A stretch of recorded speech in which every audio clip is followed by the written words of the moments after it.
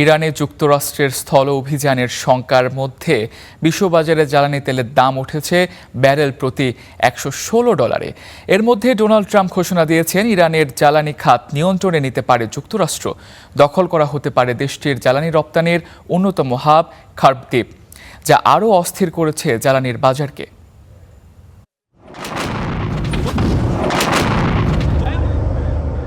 গেল ২৮ ফেব্রুয়ারি থেকে এখন পর্যন্ত ইরানে আকাশ আর সমুদ্রপথে হামলা চালিয়েছে যুক্তরাষ্ট্র ও ইসরায়েল। হঠাৎই প্রতিবেদন প্রকাশ হয় ইরানে স্থল অভিযান শুরুর প্রস্তুতি নিচ্ছে পেন্টাগন। ১০,০০০ সেনা পাঠানোর প্রস্তুতি চলছে। কিন্তু ডোনাল্ড ট্রাম্প এই পরিকল্পনার অনুমোদন দেবেন কিনা তা স্পষ্ট নয়। এর মধ্যেই মধ্যপ্রাচ্যে পৌঁছেছে ৩,৫০০ সেনা। ফলশ্রুতিতে বিশ্ববাজারে $116 ওঠে এক ব্যারেল জ্বালানি তেলের দাম। রোববার ফিনান্সিয়াল টাইমসকে দেয়া এক সাক্ষাৎকারে ডোনাল্ড ট্রাম্প দেন আরও বিধ্বংসী বক্তব্য। বলেন, ইরানের জ্বালানি খাত নিয়ন্ত্রণে নিতে চায় যুক্তরাষ্ট্র। দখল করা হতে পারে খার্গ দ্বীপ।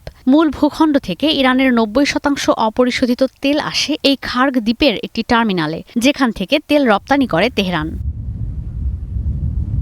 উপকূলে অবস্থিত ২৪ কিলোমিটারের এই খার্গ দ্বীপ ইরানের সামরিক বাহিনীর শক্তিশালী শাখা ইসলামিক রেভলিউশনারি গার্ড কোরের অর্থনৈতিক লাইফলাইন। এই দ্বীপ দখলে নিলে যুদ্ধে অর্থায়ন কঠিন হতে পারে ইরানের জন্য, যে কারণে ট্রাম্পের বক্তব্যের পর আরও অস্থির জ্বালানির বাজার।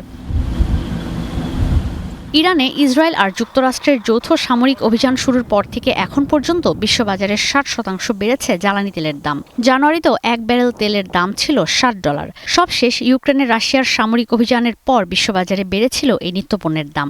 সমুদ্রপথে জ্বালানি পরিবহন ব্যাহত হতে থাকলে আন্তর্জাতিক বাজারে এই দর বাড়তে থাকবে বলে মনে করছেন বিশেষজ্ঞরা।